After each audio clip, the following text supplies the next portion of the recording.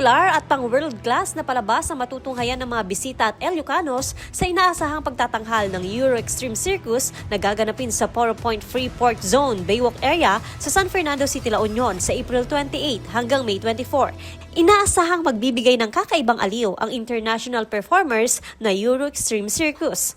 Region 1 is going to support because we do not have events like this here sa region. So for the people in Region 1 to see and experience how beautiful, how spectacular your performance is a blessing for us. So the department wanted to jump on board right away to help and support these efforts.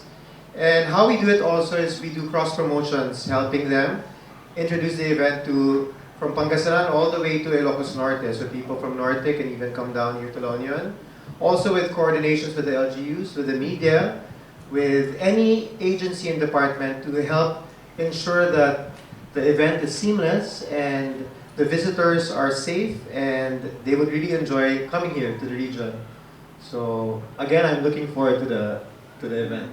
So excited. Nagsagawa ng press conference kanina. Ang aktibidad ay magtatagal ng halos isang buwan. Tampok sa palabas ang iba't ibang nakakabilib na pagtatanghal gaya ng Globe of Death motorcycle stunt, Wheel of Suspense acrobatics, aerial performances, clown comedy, illusion numbers at Latin dance na itatanghal ng mga international artists. Ayon sa mga organizer, dinisenyo ang circus bilang family-friendly show na maaring panoorin ng parehong bata at matanda.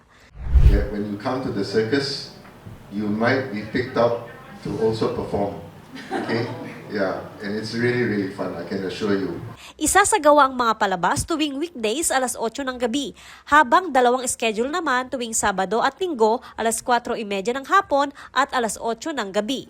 Maaaring bisitahin ang official Facebook account ng Euro Extreme Circus para sa iba pang detalye. Joanne Ponsoy, Balitang Solid North.